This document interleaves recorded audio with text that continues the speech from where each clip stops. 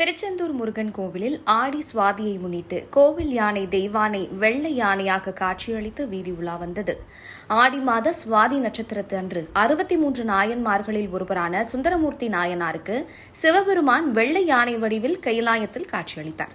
இதனை நினைவு கூறும் வகையில் திருச்செந்தூரில் அருள்மிகு சுப்பிரமணிய சுவாமி கோவிலில் வெள்ளை யானை முன்னே செல்ல சுந்தரமூர்த்தி நாயனார் தங்க சப்பரத்தில் உலாவரும் வைபவம் ஒவ்வொரு ஆண்டும் ஆடி மாதம் சுவாதி நட்சத்திரத்தன்று நடைபெறுவது வழக்கம்.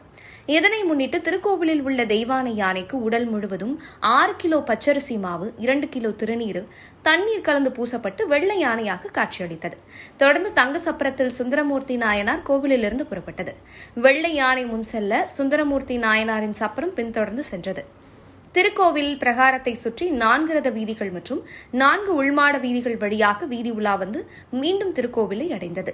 தொடர்ந்து உள்பிரகாரத்தில் உள்ள 108 மகாதேவர் சன்னதியில் வெள்ளை நிற யானை முன்பு சேரமான் பெருமான் மற்றும் மாணிக்க வாசகர் ஆகியோர் தனித்தனி பல்லக்கில் எழுந்தருளி பக்தர்களுக்கு காட்சியளித்தனர்.